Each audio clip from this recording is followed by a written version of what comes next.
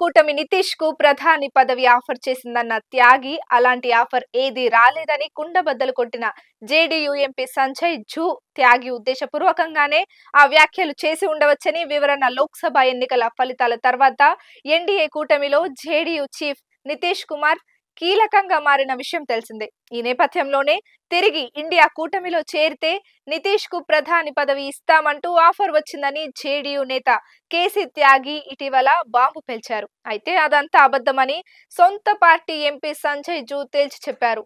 తనకు తెలిసినంత వరకు అలాంటి ఆఫర్ ఏది ఇండియా కూటమి నుంచి రాలేదని స్పష్టం చేశారు. నితీష్ కుమార్ కు అత్యంత నమ్మకస్తుడిగా పేరొందిన సంజయ్ జూ వివరణతో కేసీ త్యాగి వ్యాఖ్యలు అబద్ధమని తేలిపోయింది. మరోవైపు ఇండియా కూటమి నుంచి కూడా ఈ విషయంపై స్పష్టత వచ్చింది. కూటమి తరపున నితీష్ కు ఎలాంటి ఆఫర్ ఇవ్వలేదని కాంగ్రెస్ సీనియర్ నేత కేసీ వేణుగోపాల్ తేల్చి చెప్పారు. త్యాగి వ్యాఖ్యలపై వేణుగోపాల్ స్పందిస్తూ త్యాగి వ్యాఖ్యల్లో వాస్తవం లేదు. ఫలితాలు వెలువడ్డాక కూటమి నుంచి ఎవరూ నితీష్ ను సంప్రదించలేదు. తమకు ఎలాంటి సమాచారం లేకుండా నితీష్ కు ప్రధాని పదవి ఎవరు ఎప్పుడు ఆఫర్ చేశారో తెలియదు. బహుశా కేసీ త్యాగికి మాత్రమే ఈ ఆఫర్ గురించి తెలిసి ఉంటుంది అంటూ ఎద్దేవా చేశారు.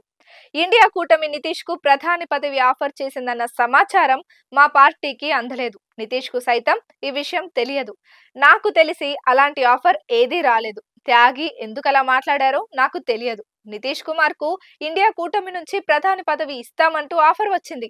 కూటమి కన్వీనర్ పదవి నితీష్ కు ఇవ్వొద్దన్న వ్యక్తుల నుంచే ఇప్పుడు ప్రధాని పదవి ఇస్తామంటూ ఆఫర్ వచ్చింది. అయినా ఎన్డీఏను వీడేది లేదంటూ నితీష్ ఆ ఆఫర్ ను తిరస్కరించారు అంటూ ఓ జాతీయ మీడియా ఇంటర్వ్యూలో త్యాగి చెప్పారు.